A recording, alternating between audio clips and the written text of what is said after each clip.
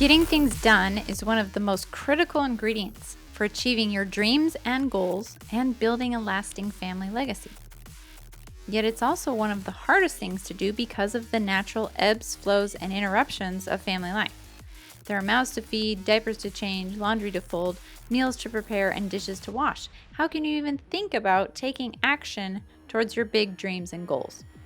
Well, that's what we're going to dive into in this episode. I've spent years reading business management and productivity books, and I always come away thinking how absolutely unrealistic their advice is for parents with children, especially if you work from home. But in this episode, I'm going to share with you the strategies I have learned and developed that have helped us to seriously get stuff done. These are the secrets to our success in being able to do it all. Homeschooling 7 kids, traveling the world, creating an extraordinary marriage, and building a multi-six-figure location-independent business. Learn how you can become more productive without neglecting the things that matter most: your spouse, your children, or your household. This episode is sponsored by my family charts and systems. Learn how to do more with less stress and have more cooperation at home. Click the link in the show notes to learn more about this system. Hey everybody, welcome to another episode of the Extraordinary Family Life podcast. I am your co-host, Greg Denning. My amazing wife is here with me. We're sitting in our home office. Because we're moving soon, so we're basking in the comforts of having a home office while we have it, because that will go away soon. But we have big dreams of big offices and big libraries and amazing stuff. We have the coolest dream, I think. I mean, I'm a little biased, but I think our dream is the coolest, because we're gonna create this retreat center in. We have one kind of set up in Guatemala.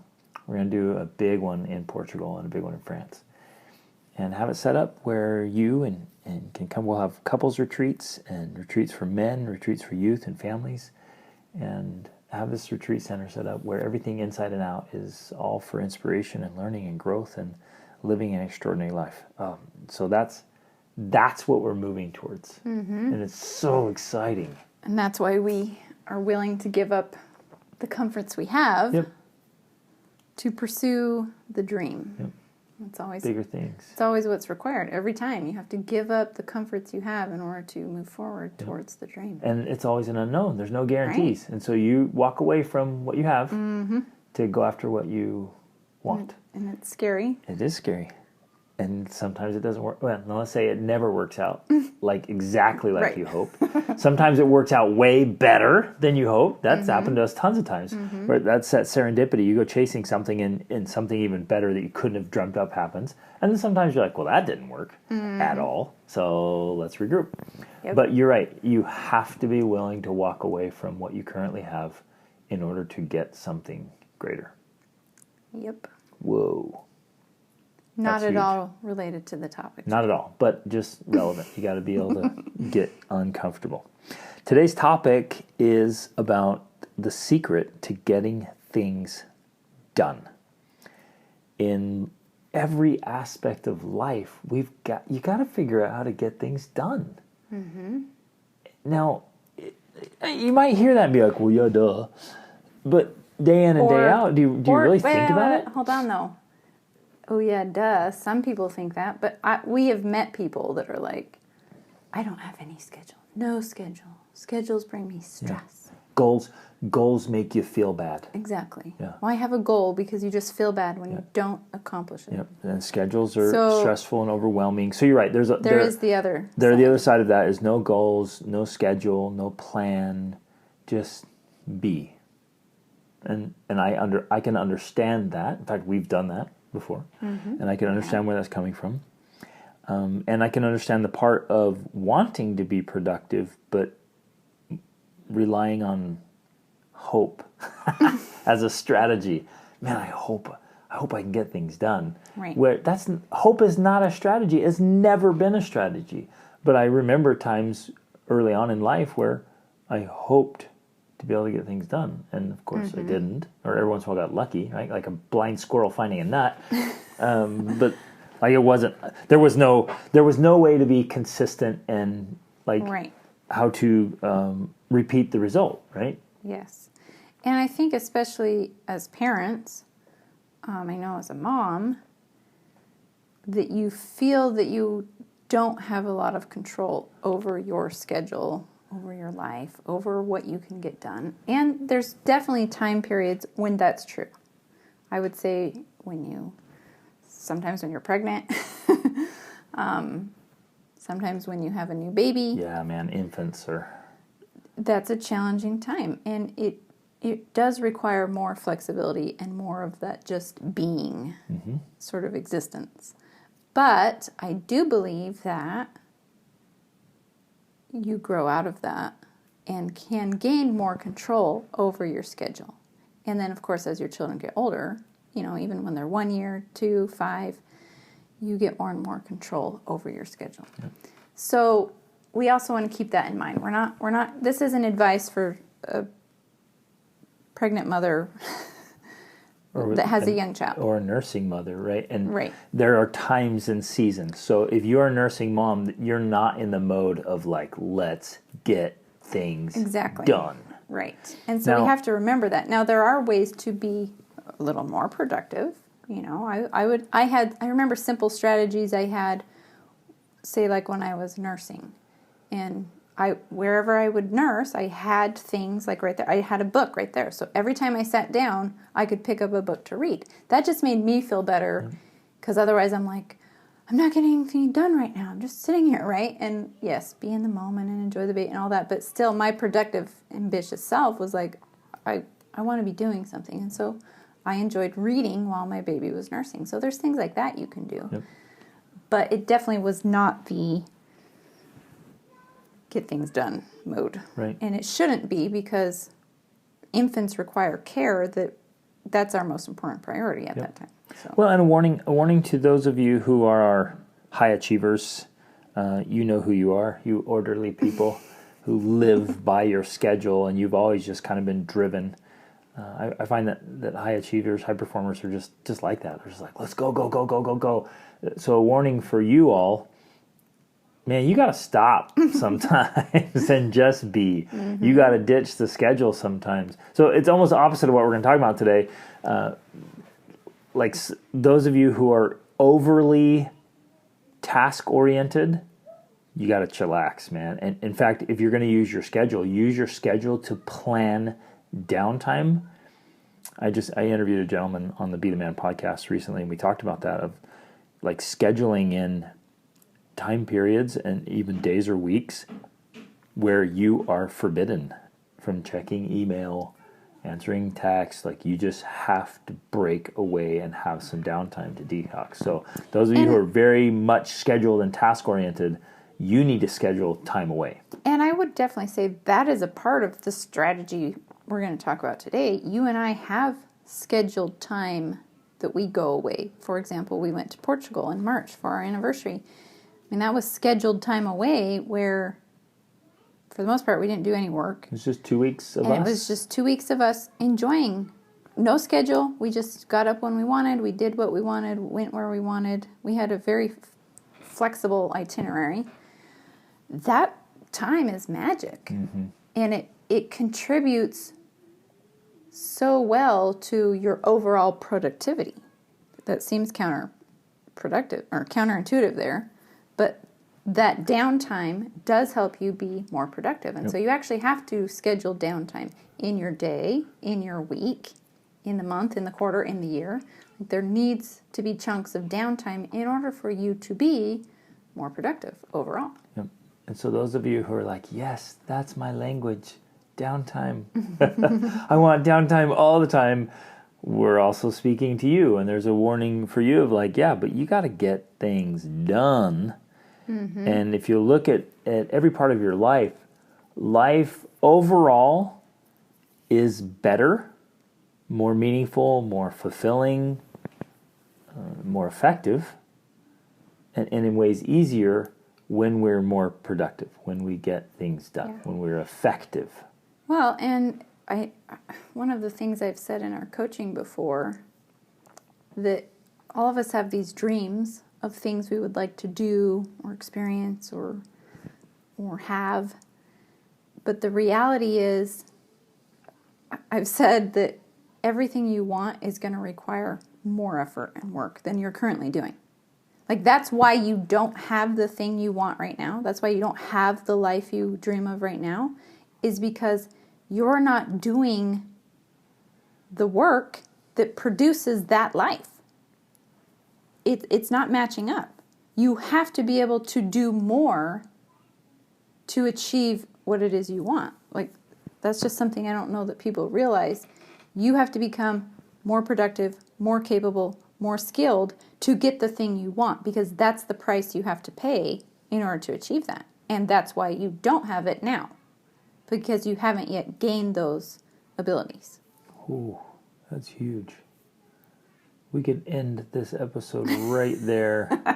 No, I'm serious. That would be enough of like, look, you don't yet have what you want because you haven't done it yet. And I guess that's why we're doing this.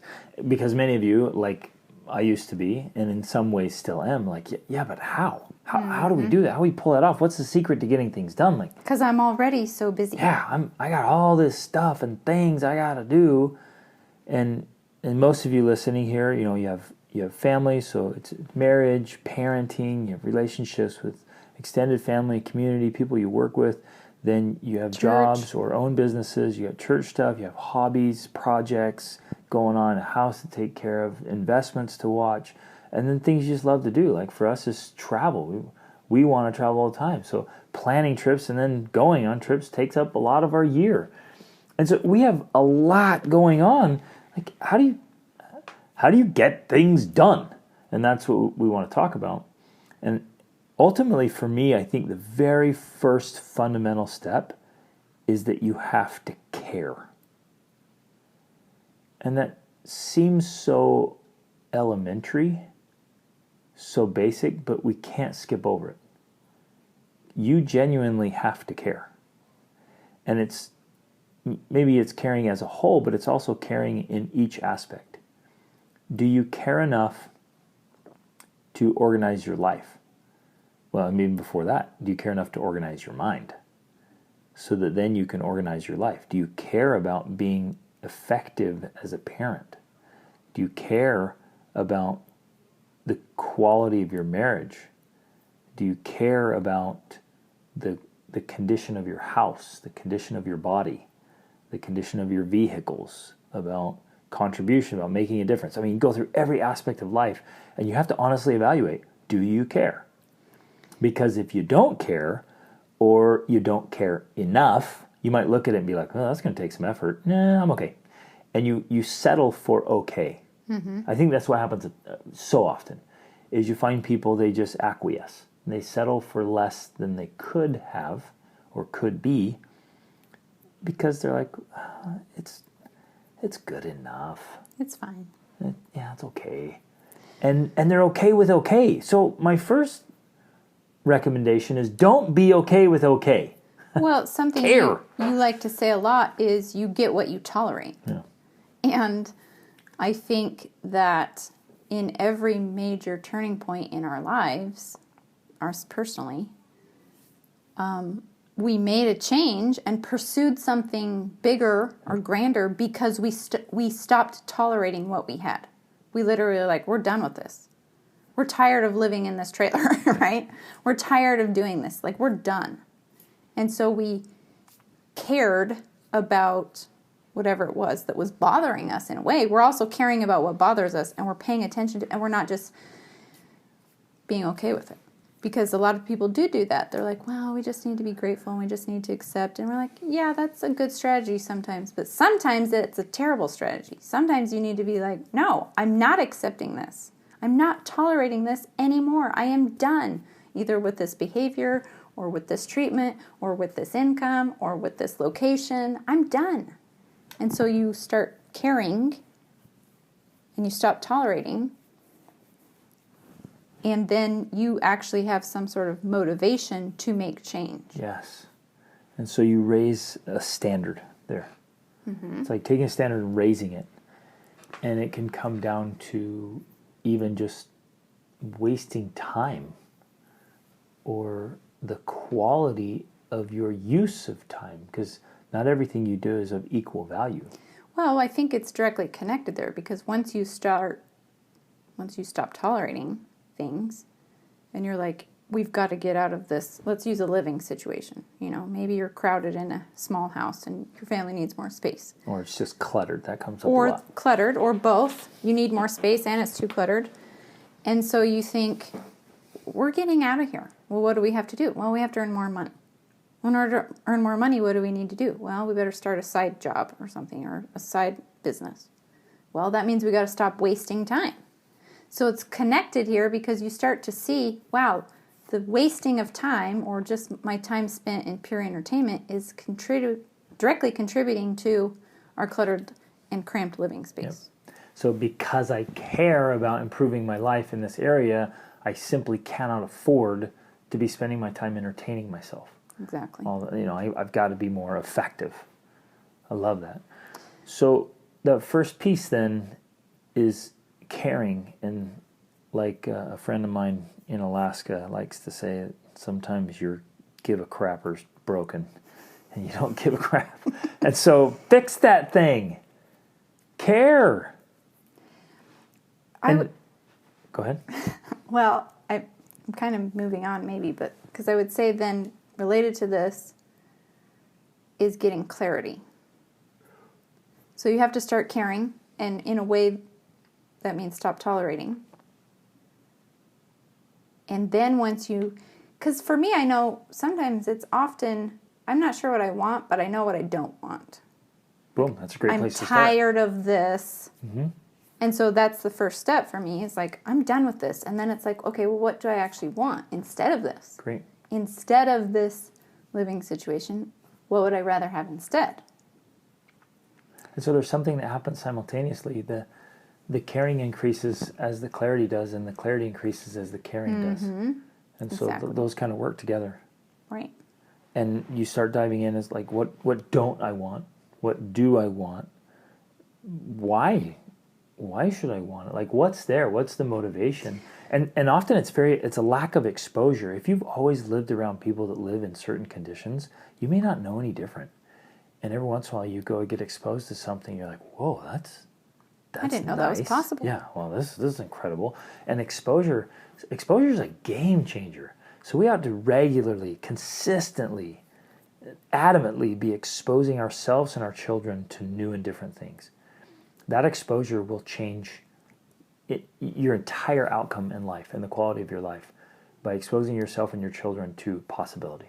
Mm-hmm. Because otherwise you don't know any different. You get comfortable with the level that you're living in, and then you look around. Usually you're the people around you, and you're like, okay, this is how people live. But no, that's not true. It's just how this little group of people live. Mm-hmm. And exposure will show you something like, wow, either I didn't know it was possible, or getting around it, it's that principle of proximity starts working in your favor. So you're like, I love this. Mm-hmm. And you're intentionally getting around people who are doing things that you're not doing and living in a way that you're not living. Which a lot of people avoid doing that because it makes them feel uncomfortable. It makes them feel inadequate. It makes them feel like now their life isn't good enough, or they're not good enough. Like, there's a lot of reasons that people actually avoid doing that, and they choose to stay in these circles, these groups of people that are living the same way they are, because they feel comfortable there. They feel you're so right. Justified for their existence being the way it is, instead of feeling like, wow, I'm really sucking at this and I need to do better, or I could have a lot more, but I don't, so I feel bad because I'm not good enough, I'm not lucky enough, I'm not whatever, fill in the blank. So it's fascinating that the very thing that could help them change and get what they want, they actually avoid because it makes them uncomfortable. And ultimately, it's born of insecurity and self-doubt.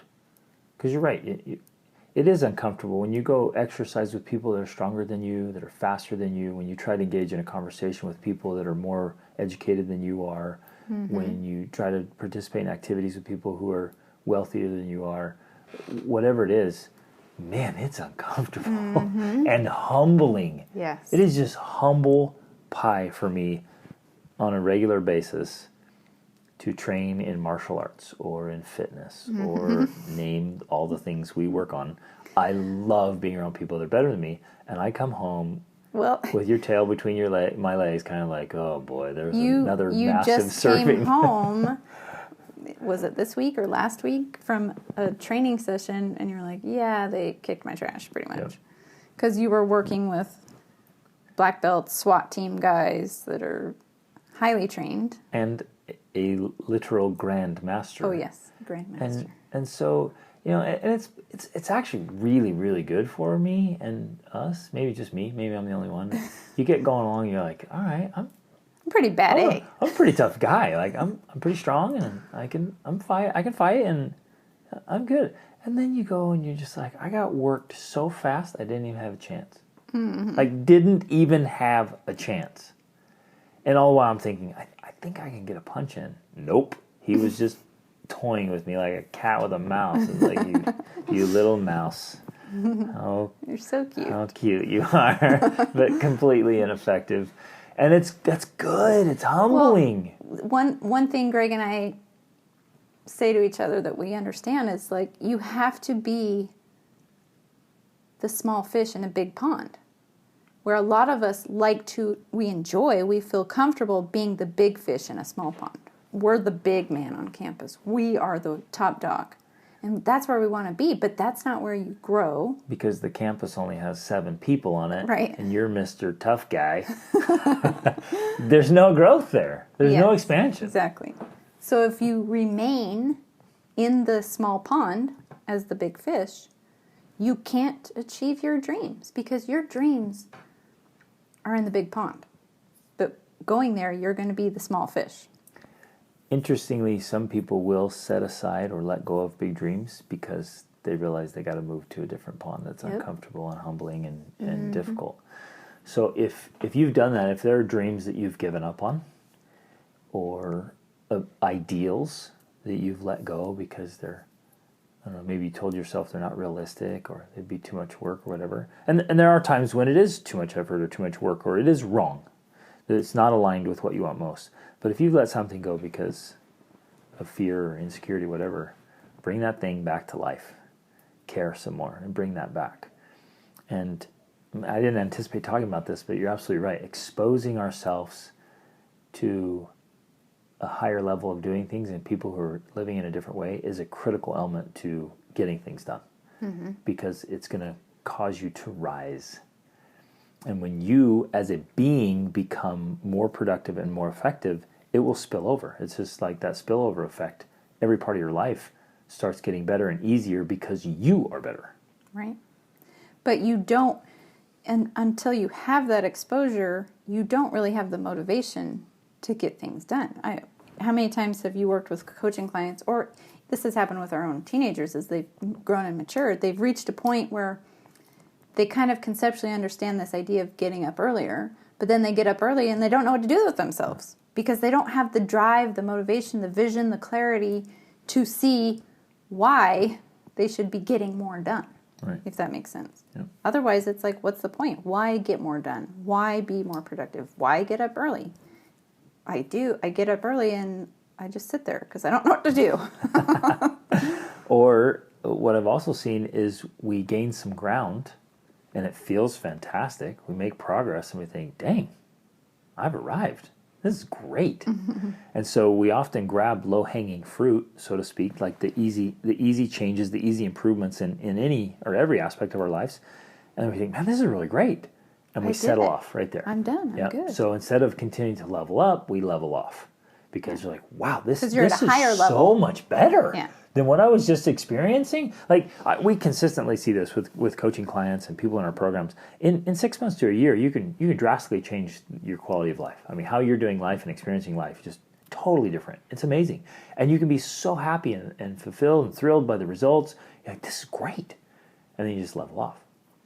And you may slide back down, or you may even maintain that position. But we want to encourage you to keep progressing, keep growing. And to me, that's the purpose of life. Because there's never-ending leveling up. Yeah, there's so much more to enjoy and experience as we continue to rise. Mm-hmm. So another thing that I want to really emphasize is that if we do not keep our life in order, then everything and everyone else will encroach on our lives and create chaos and stress and overwhelm and ineffectiveness. It's almost just this it's the law of the garden in essence. Like if you don't consistently pull the weeds and keep the plants in order in the garden, plant the things you want, and protect them and nourish them and weed around them, then just the default is that the weeds will come in and overtake it and overgrow it. And you'll go back out in a couple weeks and your garden's just overgrown and like the plants are shriveled up or dying and like, right? And there it is again. And you guys can picture, right? Can you picture with mine, walk out and then like just this weedy, nasty, gnarly garden and you're like, that feeling of walking out. That's not what I wanted. Right? So we have to keep our lives in order. We have to keep things organized. We have to be the gardener. Orderly. We've got to be the gardener in our own lives. Which comes back to the caring. Like, if you don't care if there's a weed patch out there, you're not going to go out there and do anything about it. But then you also have to have the clarity. Like, well, why am I going to weed and what am I going to plant? Because a weedy garden sucks. Just like a lame life sucks. Oh man, sometimes, dear friends and listeners, I just want to grab you by the front of the shirt and like, don't do this to yourself or your kids or your family. Do not accept a cruddy life. Yeah, care more and enjoy. Like you've got to taste, so to speak. You have to experience what it's like to have that organized life because it feels so good. And the benefits and rewards of it, right? Comes back to that. And so it requires us to mature as gardeners in our own life and to keep things orderly. Again, from the inside out. It's always from the inside out. Like we read this morning in our devotional from As a Man Thinketh with our family, he said, your circumstances are merely the just reward of your thinking and your feeling, right? Like, oh man, that's so simple and so profound. Like the situation or circumstances in your life, whether you're effective or productive or not, whether you really struggle getting things done or not, is merely a reflection and a just reward for your current patterns and habits in thinking and feeling. Boom. And caring or not caring. Yeah. And having clarity or not having clarity. Yep. And having a plan or not having a plan, having a schedule or not having a schedule. And so it all fits. So that's the big picture. That's the foundational piece of being productive, because you can't or won't be productive unless you have that understanding, unless you care, unless you stop tolerating, unless you have clarity, unless you have a vision. Otherwise, you won't be motivated to do any of the strategies, tips, techniques that are out there for productivity. Like, all of that is useless if you don't really care and have clarity about what you're pursuing and why you are being productive. Exactly.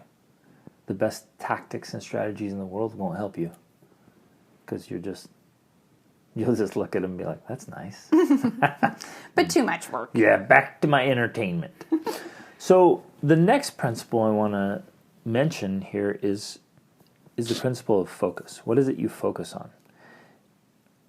As you study the lives of great achievers, you find that they tend to focus on results, where unsuccessful people tend to focus on methods. They're focusing on what I have to do, and successful people are focusing on what I get if I do or when I do that thing. And there's a difference there, and it's significant. Because if you focus on the end result, it's a draw, right? That's your why, that's your motivation. And it draws you towards like this magnetic force, and you'll push through doing consistently what needs to be done with excellence to get there. But if you're only focused on the method, what I need to be doing, the method isn't always pleasant. Now, I did a podcast recently on the Be the Man podcast about learning to enjoy the journey. In fact, just having an absolute blast, getting into the methodology and the work and just loving it, right? Just like, this is great. You can pursue greatness and the strain and the grind and the work and love it. It's totally possible. But it is quite frequent, for example, that I don't feel like working out, or I don't feel like doing the next set, or even the next rep, the repetition of an exercise. And fortunately, years ago, I learned to not pay attention to those feelings, because I'm not interested in whether I feel like doing it or not. In a moment of clarity and inspiration, I decided, yes, these things are good for my life. These things produce the results that I ultimately want. And so I focus on the results, and I disregard whether I feel like doing it or not. Now, I'm not disregarding like, oh, my body hurts, or I should rest, I should take the day off, or that feels like an injury. I'm not talking about that. I'm just saying, like, ugh, you get in the druthers, right? You'd rather not do it. You're feeling lazy. You're like, maybe I'll skip today. That kind of crap. I'm like, no, I'm not. Ask me if I care, because I don't, right? This is how I talk to myself when there's another set to be done. And so, and it's in the middle of summer in Georgia. It is hot and humid. And I throw on a 40-pound vest and go outside. I'm like, whew, it's hot and humid. It's uncomfortable. And I'm like, I don't care. Nobody asked you about the humidity level or the temperature, sissy boy, right? And I'm like, I'm not looking for those conditions. Like, well, I will work out and be healthy if all these things line up, and it's just not too right. hot and humid outside. Look, if it's 65 and it's just perfect and everything's great, and if my neighbors will line up and cheer as I go past, that would be great. Then I'll work out, right? Like, no. And the working out metaphor is perfect because we all understand that, and it's representative of the process. But this is essentially the same thing you're going through, no matter what it is. Whether you're trying to write a book, trying to write an email, create a business, homeschool your kids. Like, we all face these moments of, I'd rather not do that. It's too uncomfortable. It's too much effort. They won't just sit down and listen to me like I ask. People won't just call me up and go to bed. Yeah. People won't just call me up and give me money. Like, it's so much work and effort. And so we end up not getting the results because we're focusing on the methods. We're focusing on the process. We're focusing on the work required instead of like, okay, wait, what are the results we're trying to get? And if that means I have to call 27 people a day, or I have to find a better way to get through to my kids and inspire them and encourage them to sit down and do the work, then that's what we have to do, rather than saying, oh, it didn't work, it was too hard, I guess I'm not going to do that. Yep, that's a perfect example. So, teaching your kids life skills or having them help out around the house is, you think, well, man, if I just do this, there's no fight, and it'll get done faster and better. So I'll just do it. I'll just do it myself instead of getting my kids to do it. But then, like, the kids are like, what are you teaching your kids? They're like, sweet, I sit on the couch, I won't do anything. And then if they ever leave your house, because why would they? You do everything for them. If they ever leave, they don't have any life skills. So, yeah, it is slower and more effective. And you often have to come up with some serious persuasion skills and your diplomacy, right? And sometimes there is a battle like, yeah, you little bugger, I love you, get over here. You're helping out because you gotta pull your weight. Life isn't this free ride where people do things for you. Right. I just did a reel. I want to expound on this a little because I just did a reel on Instagram, and it was talking about getting our kids to do chores. And how, because, well, it came from our podcast episode we did about chores. But I talked about how we give our kids a good reason for doing the chore so that they're like, oh, yeah, that makes sense. I'll do the chore. Now, someone left a comment that was funny. They're like, yeah, we do this too. And we joke that it's the harder way, to do parenting and to get your kids to do chores, which is true. It requires more effort. You have to understand personally, philosophically, like, why do we do chores and why does it matter? And what are the reasons? Why do I do chores? And then you have to learn the diplomacy and the influence to be able to explain that to your kids. It requires a lot more effort, thinking, personal development in order to effectively do it so that you explain it to your kids in a way that they understand it and then they want to do the chores. That's a lot more work. It's a lot harder. But the results you get are powerful and long-lasting and overall more beneficial for your children and your relationship with them than just and your whole you need household. to do chores because I said so and I'm the boss. Yep. Absolutely. So, but you're right. There it is. The method is it's work. Is work. Yeah. It's effort.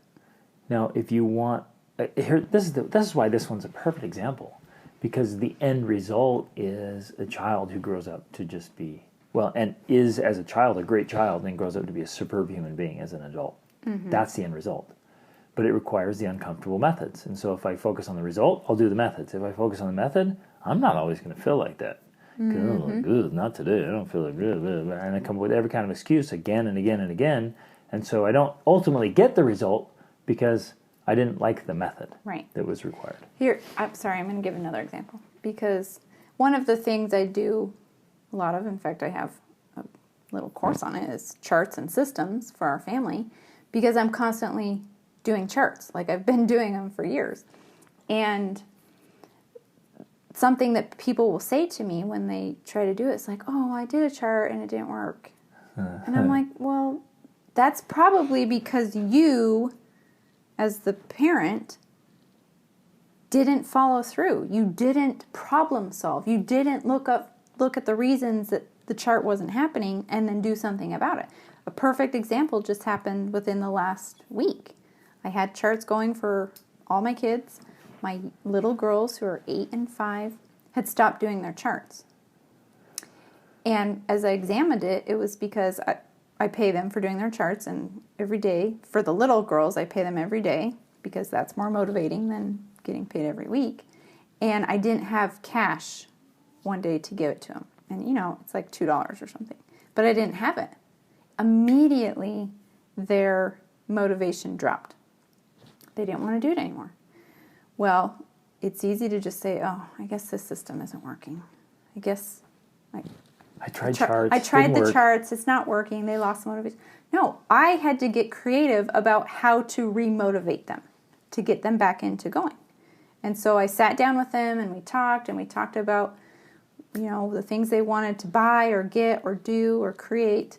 And then I even took them to the store because there was a lot of resistance at this point because we had visitors and I let it go for over a week or something. And so by the time we were trying to get back into it, there was a lot of resistance. I said, okay, do your chart today, and I will take you to the store today to look at the things that you could buy in the future from all of the money you'll earn from your charts. That right there motivated them. They were all over it. It was so cute.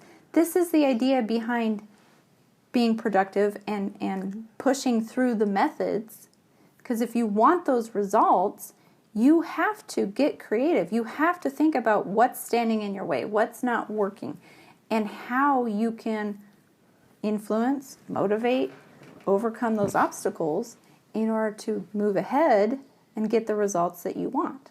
Then plus, not only are you increasing your own productivity, but you're increasing family productivity, because when you can motivate your kids to do their studies or to do their chores, that's like multiplying your own efforts. Yeah. I now cloned myself, not exactly, but you know what I mean? I have extra helpers in the house that help us to get more done in the house because they're doing the charts that I set out for them to do. And so now it becomes a compound effect that ripples through the whole family experience and ultimately through the family legacy. Exactly. Whoa, that's huge. What was so cute about the girls too is they didn't just go get whatever doodads. They ended up getting some crafts and little things to work on. So the reward system isn't just frivolous and silly. It's actually their reward that they're so motivated for is fostering creativity. It's educational. They're learning new things, practicing new skills. They've been sewing these kits little amazing little things, and they spend like hours sewing beautiful things, putting together, and then writing and names and all this stuff. I mean, it's just so cool watching them, and they're motivated and excited to learn. We're not having to make them do it. They're begging to be able to do these things. It just so it's setting up systems. Right. Again, the tools only work when we work. The strategies, the systems, they only work when we work, and that's part of getting our lives organized. And it's the secret to getting things done. Well, I guess I want to emphasize this point too, because I try to be a very productive person myself. And so the fact that I had to take them to the store, I guess I didn't even emphasize this enough. That was a major, quote, interruption to my schedule, right? Because we don't usually go to the store a lot. We travel a lot, but when we're home, we're home. I order things online, groceries, Amazon, so we get most of our stuff delivered. Going to the store doesn't happen very often. I think that's one of our secrets to getting things done. It's true. Stop going to the store. Stop doing errands. And so going to the store was a big deal. And actually they had asked me to take them to the dollar store a couple weeks ago, and I was like, oh, it just wasn't in the schedule.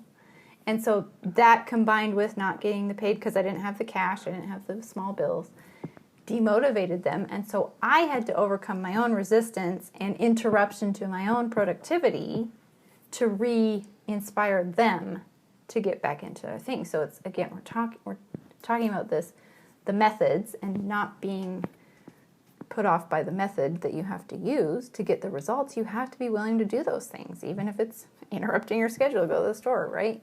So I had to overcome my own resistance to motivate them to do the things that would get the results I wanted. And even then, I was present when that was happening.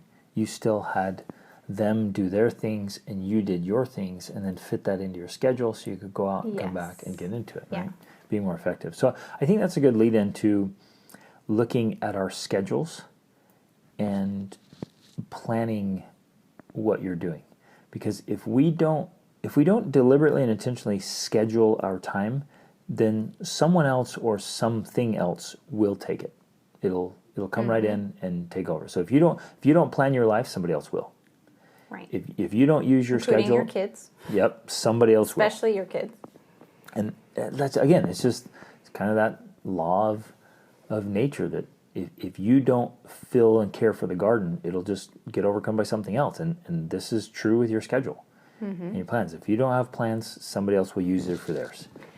I do want to intercede with maybe a little interstep here, because I know this worked well for me. Perhaps even before you start planning your schedule, one of the things I did for a while was tracking my time. There's an app you can use that tracks your time. I actually used a spreadsheet that tracks your time, because at first, Most I know of as us a mom, are we're kind of like, clueless. I really don't know what I'm doing all day long. I have no clue. Or we think we do. We think we do, but I talk to then people we're all like, the time, like, then oh, you I sit do down. this. Like, we'll track it. Yeah. Let's see. And then you sit down and you're like, what did I actually do today? So I started tracking my time, and in fact, I was tracking every 15 minutes of my day. And it's very fascinating because it brings awareness. You're like, oh, wow. First of all, this is, I think, something that's helpful for moms, is that you actually realize that you are getting more done than you thought you did. Because a lot of things that you do, you forget about it, and you don't even know. So that brings some peace and comfort. You're like, oh, okay, I'm not just spending all my time picking up messes. I actually did a lot. I read from a book. I did this. I listened to a podcast. Maybe it's 15 minutes during the day, but you're like, okay, over time, over the week, that adds up. So that's one thing it does, is it helps you to see that your life is not completely the chaotic mess you thought it was. There's a little more structure there than you realized. Or in some cases, it is the chaotic mess you think it is. If that's the case, then this is the perfect opportunity to have that awareness, right? So tracking time can be very valuable because it is bringing that awareness of how am I spending my day, and overall, how am I spending my week? Like, what am I doing throughout the week? Then once you have that awareness, it helps you get a little more structured about, well, how do I want to spend my Exactly. time? And that's where we really get into the planning. Exactly. And it can start at that basic level. It's like, okay, well, wait a minute. If I had an ideal week, if I had an ideal schedule, a plan, if I could kind of wave the magic wand, so to speak, like, what would it look like? And the coolest thing, that sounds so like cartoon fairy tale, but it's amazing. I just interviewed this guy, his episode, I haven't published it yet, but it'll be coming out soon. He wrote a book called The Lifeonaire, and his name's Steve Cook. He's a friend of ours that we met in Guatemala years ago, and he was an extremely successful real estate investor. And then he just stopped and said, no, man, this is costing me, my success in business is costing me far too much with my family and my faith. And so he shifted his whole approach, and now that's what he does. He coaches, he's still an investor, but he coaches entrepreneurs and business owners how to design their lives and design their schedules. And he literally starts by designing an ideal schedule. Mm-hmm. And he recommends, you guys need to listen to the podcast when it comes out, but he recommends, about 25 hours of work a week. Mm-hmm. And he's like, and you stick to it and you honor your schedule, and it forces you to be effective and productive. So you get clear about what it is you want in your schedule, what would be great, what would be ideal, pencil it in, and then try to honor that, try to make that happen, try to make it a reality. It's huge. Yeah. It's huge. Now, I want to emphasize right here, it's so simple and yet so significant. There is a gigantic difference between waking up and knowing what you want to work on today versus waking up and wondering what you should do. Yeah. It doesn't seem that significant, but it's huge. Or waking up and just doing whatever is thrust upon you, which happens with moms a lot. I know that from experience. You literally wake up. I remember those times when you wake up to your kids saying, I need this, I need that, demands. I need food. And you go through your whole day like that. And I understand why that happens, but you can be more intentional so that you know what you want to do that day, and you provide more direction to your family so that they help you and allow you to be able to get those things done. Exactly. And so I actually do want to add that right here, because as we're talking about scheduling and you're talking about creating this ideal schedule, from the perspective of a mom, I know for me, because I'm really into business and I like reading business books and all kinds of time management books and things like that. Like, I like those things, but I've always found it unrealistic for a stay-at-home mom. Because when you create this ideal schedule, and I've done it before, where I know Brian Tracy wrote years ago, he's like, I have every half hour of my day scheduled, and I'm like, I'm going to do that. It's going to be amazing, right? And then your kids disrupt it all. And so for me, I've learned to schedule in a different way and to create routines in a different way, where it's not like every half hour. It's more like chunks of time. And during those chunks of time, it's essentially a focus. I'm focusing on this specific part of my life.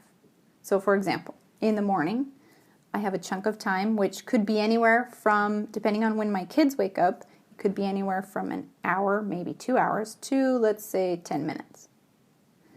But during that chunk of time in the morning, I'm intentional about how I use it. I focus it on personal growth and development. That could be exercising. That could be reading. That could be writing on my book. That could be anything I want to do in my morning routine. Then the next chunk of time I devote to family/education time. And that's from whenever my kids wake up until, let's say, lunchtime. During that time, I'm flowing with whatever's happening in family life. I'm getting a drink of water. I'm doing this. I'm making food.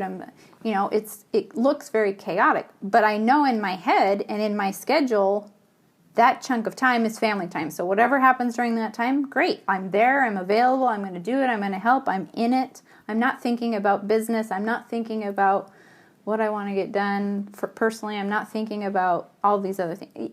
Yeah, the thoughts might come up, but I'm like, right now, this is this time. This is what I'm doing now. So I'm focusing on anything education or family related. And what if a business call or text or email comes up during family time? I usually ignore it until later. Okay. Yeah. So, and I asked this specifically because I had a coaching client recently reach out and like, hey, how do we do this? Specifically, how does Rachel do this? How does she work on business and family? How do you combine the two things? Because they want to intermix and mingle all the time. And before you had the schedule and this kind of these... totally. It's not so much a schedule as it is a... There's no hard hard times. It's just principles. I mean, there is a type of time. It's generally 8:30 to 9 a.m. until 12:30 or 1 p.m. But it's never a hard time. It's never a hard time. And the question was like, well, how? Because before you got set up like this, it's just everything's a chaotic flowed mess. everywhere, and I felt overwhelmed. Always encroaching on each other. Yeah. And one thing over here, over there, and you don't feel like you get anything done. Right. Okay, so it's personal, then family, and then after lunch? Then after lunch, it's business time, essentially, for me. And so I tell my kids, I'm like, hey, if you want my help with something, especially for education or whatever, that's in the morning. If you need to use my computer for studies, that's in the morning. In the afternoon, I'm using it. So they know that, that's my work time. And they can still come in my office and ask me things and talk to me. But mostly they know I'm going to be in my office and I'm going to be working. And especially on this, and this is important, I think, to emphasize, during work time, you know there will be little interruptions from the kids. Yes, absolutely. And you can address it and get back to work because it's work time. And you can tell them, this is my work time. I got you. And you've already spent time with them. You've already dedicated time to them. You're good. So it starts to work and it builds this relationship. There's training and conditioning involved. But it starts to work and it works way better than nothing. Right. Exactly. So that to me has been way more effective and less stressful on me than trying to have this hard and fast, at 9 a.m. I will do this, at 9:30 I will do that. Just doesn't work in my experience with family life. At-home family life. Yep. Man, this stuff is so important. We have to figure out, and there's going to be some trial and error and some experimentation, but we have to figure out how to get things done. We have to figure out how to move forward. How to get, what I love to emphasize here is palpable progress. Like evidence, overwhelming evidence that would hold up in court. Are you making progress? Are you getting things done? Are you moving things forward? Could that hold up in court? Because we go along, oh, I'm so busy. Like, yeah, what do you actually do? What do you have to show for it? Well, and that's the thing about, because when you're creating some sort of schedule or routine like this, you're being more intentional about it. Because then if I'm like, okay, this is family time or education time, well, that's my whole focus. So now what am I going to do with it? Yep. Like I have to be more intentional about how I use this time because this is dedicated to this purpose. The same with my work. When I'm actually working, I need to be focused and productive. I need to produce these palpable results because otherwise, why have a work time if I'm not going to produce anything from it? Exactly. And so it forces you to be intentional, to pay attention, to be productive during that time, because otherwise you might as well be doing something else. Yep. Or nothing. It necessitates, but and you could be doing something else and you could be doing nothing, and some people do. But ultimately it's unfulfilling. It's not producing the results. It's unsatisfying and it might feel pleasurable. less stressful, less like, oh, let's effortless. just coast. Let's just drift. But nobody ever coasted to the top of anything, right? And some people say, well, I don't want to go to the top. Well, you probably want to go to the top of something. Exactly. Maybe if it's a coconut tree, like, I don't know. Like, why would you not want to rise? Why would you not want to be the top of health and spiritual growth and mental what's the word? Mental clarity, mental awesomeness, the mental fitness, get a great education and emotional well-being. And why would you not want to have all of those things in parenting and marriage? Or at least a few of them. Let's get to the top of what's possible in an extraordinary marriage. Mm-hmm. But no, I don't want to get to the top. Let's just settle for a really mediocre marriage. Let's get to the end of our life and say, well, that was okay. How lame. Being married to you was okay. It was okay, babe. We had an okay 50 years together. Oh, that's disgusting. Man. So, yeah, you have to get in and have a desire to go somewhere. But the point being, if you look inside, there is something you want to be at the top of. Absolutely. Whether that is spirituality or physical fitness or mental, emotional health. And no matter what it is, it requires this effort and time and intention and intentionality. And all of that requires you to manage and direct your time and how you use it and how you spend it. Yep. You don't have to be pushing papers and trying to produce financial reports in order to be productive. If you want to be spiritual, you need to be productive because you need to have time to be spiritual, to practice meditation, to practice, to pray, to read, whatever it is. It requires the use and the effort and the energy of time and energy. And getting better and better. It takes practice. Exactly, getting better and better at it. Because even something like meditation, requires you to get better at it in order for it to be truly beneficial. Right. And that requires effort. Yeah, so I guess to clarify, getting to the top doesn't necessarily entail any kind of competition, like you're above others. It's pursuing greatness. It's reaching upward. Two quick thoughts before we wrap up. One is we have to eliminate distractions. Emails, messages, screen time, TV, alerts, whatever, other people's agendas.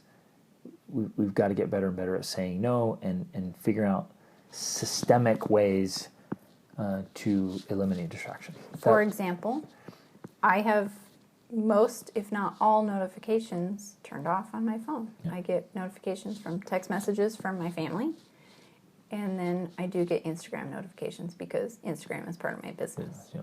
But other than that, I'm always amazed when I see someone's phone and they have all these notifications. I'm like, whoa. Yeah, no wonder you're constantly interrupted and overwhelmed. Yeah. And in all honesty, these notifications are literally set up for addiction. And so many of you are addicted to notifications.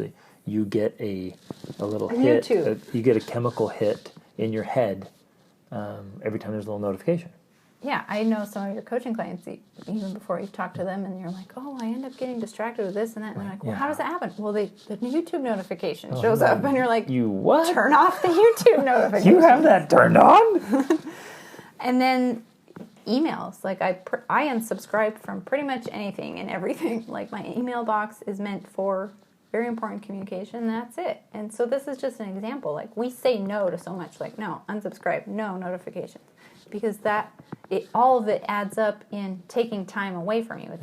It's weeds in your garden. Which reminds me, I have about 5 emails that I've just been quickly deleting because they've made it so hard to unsubscribe that I haven't unsubscribed. So, no joke, I think 3 to 4 times a week, there are 4 or 5 emails I'm just quickly deleting, and I'm doing that every day. Now, it's just a few seconds, but it's 3 to 4 times a week I'm deleting these 5 emails because they've made it so hard to unsubscribe. If they make it hard to unsubscribe, I mark them as spam. Oh, that's nice. Nice. Okay, there's a little hack there. So I need to get rid of those. I just brought that up.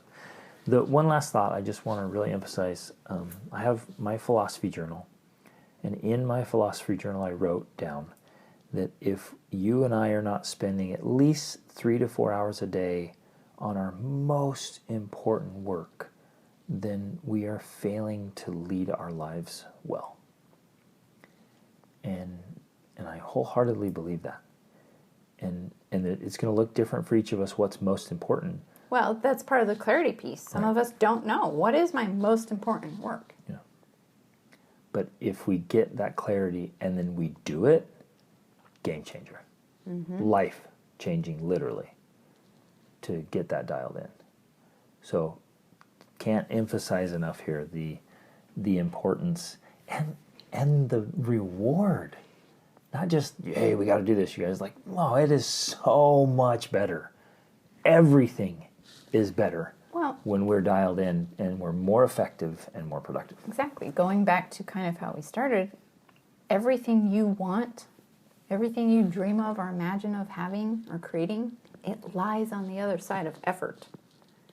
It lies on the other side of productivity, because you have to become more productive and be able to do more and create more in order to create that life you dream of. Fantastic. Okay, so pick one or two things you can work on right away.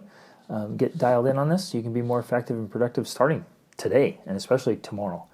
Go ahead and subscribe to the podcast if you haven't yet. Share it with friends, family, or colleagues. Go ahead and leave us a review up to 5 stars if you like this. And as always, reach upward.